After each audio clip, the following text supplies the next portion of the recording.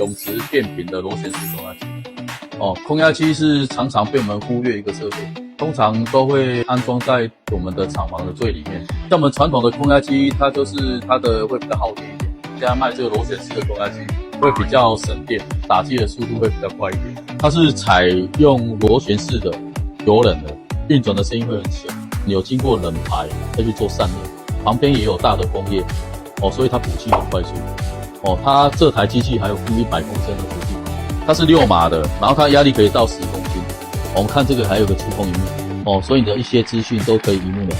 是我们的变频的电机系统，你看走线都非常的有规律